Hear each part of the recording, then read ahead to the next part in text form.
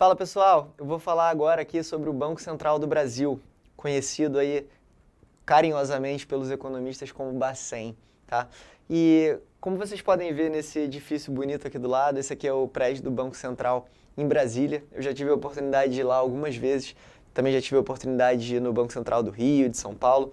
Eu prestei serviço durante muito tempo para o Banco Central e afirmo aqui para vocês que é uma instituição extremamente sólida, séria, capaz de atender o interesse aí de todos os brasileiros e de executar de forma extremamente competente as diretrizes do Conselho Monetário Nacional e fazer política monetária no Brasil. Inclusive, depois do Plano Real, né, tem até um filme que fala bem sobre o Plano Real, né, que mostra aí também a personalidade do Gustavo Franco. E tem uma brincadeira que o pessoal fala que é o seguinte: quem manda no Brasil é o banqueiro central. Porque realmente o Banco Central é formado por pessoas extremamente capazes de ilibada reputação e competência. O Banco Central tem também um programa de licença-capacitação, então a grande maioria dos profissionais lá tem a oportunidade de fazer um mestrado, de fazer um doutorado, de estudar fora, de aprender sobre política econômica. Inclusive também todos os sistemas que o Banco Central administra foram desenvolvidos in-house. O Banco Central não contrata sistemas terceirizados, são os desenvolvedores do próprio Banco Central que fazem. Então, dito isso, tendo falado um pouco sobre a reputação extremamente positiva do Banco Central, porque muita gente tende a pensar que empresa pública é ineficiente, o que nem sempre é verdade, e o Banco Central está aí para provar justamente o contrário, beleza? Agora vamos falar para que serve o Banco Central. Então, a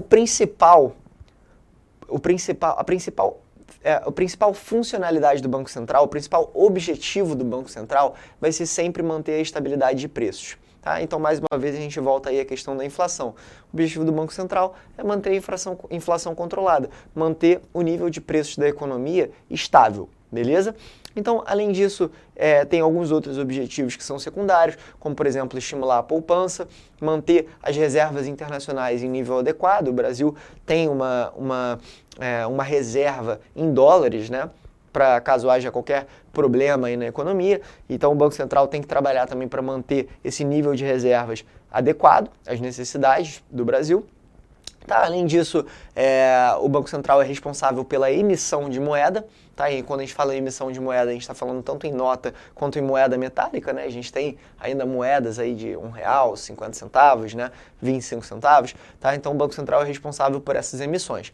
Além disso, o Banco Central também é responsável pelo Sistema Brasileiro de Pagamentos. O que é o Sistema Brasileiro de Pagamentos? É o seguinte: imagina que você vai fazer uma transferência entre bancos. Quando eu estou falando de transferência entre bancos, eu estou falando de DOC e TED. Provavelmente você já ouviu falar nesses termos, né? Quando você vai transferir dinheiro de uma conta do Itaú para o Bradesco, ou do Bradesco para o Santander, ou do Banco do Brasil para o Itaú, sempre que se tratarem de instituições financeiras diferentes, você vai precisar fazer um DOC ou uma TED, que são esses dois tipos de transação para transferir recursos entre as instituições distintas. Tá? Todas essas transações, todas essas transferências passam pelo SBP, o Sistema Brasileiro de Pagamentos, que é administrado pelo Banco Central. Beleza? Então tá aí mais uma responsabilidade do Banco Central. Além disso, o Banco Central exerce o controle do crédito, o CMN determina qual que é o percentual máximo de crédito que as instituições financeiras podem oferecer, inclusive para uma mesma pessoa, para um mesmo cliente, seja pessoa física ou jurídica, né? E o Banco Central ele vai justamente fiscalizar e exercer esse controle. Tá? Além disso, o Banco Central vai executar a política monetária. Tá? Ele é o principal executor de todas as diretrizes do Conselho Monetário Nacional. E o que ele vai fazer para justamente executar a política monetária? Ele vai fazer 3 tipos de operação. Operação de redesconto, operação de depósito compulsório, que é o percentual de depósito que toda instituição tem que deixar junto ao Banco Central. Então, quando você abre uma conta no Itaú e deixa o seu dinheiro lá na conta corrente, o Itaú ele não pode emprestar todo o seu dinheiro para uma outra pessoa, para uma outra empresa. Ele tem que deixar uma parcela desses recursos com o Banco Central. Tá? Isso se chama depósito compulsório.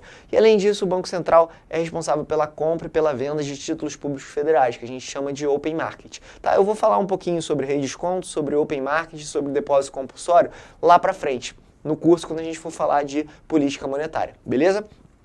Além disso, o Banco Central ele tem um importante papel de fiscalizar todas as instituições financeiras e de liberar as instituições financeiras para atuar aqui no Brasil, exceto quando se tratar de empresas estrangeiras. Mas todas as instituições financeiras registradas aqui no Brasil, que queiram atuar aqui e fazer parte do sistema financeiro nacional, têm que receber autorização expressa do Banco Central. Beleza? Então eu falei aí rápido sobre diversas atribuições, diversas funções do Banco Central. Lembrando que sempre o objetivo maior vai ser a estabilidade de preços, mas o Banco Central está aí para isso, para executar a política monetária. É um órgão sério, competente, e eu espero que depois desse vídeo vocês tenham aprendido mais sobre como ele funciona. Beleza? Grande abraço e até a próxima.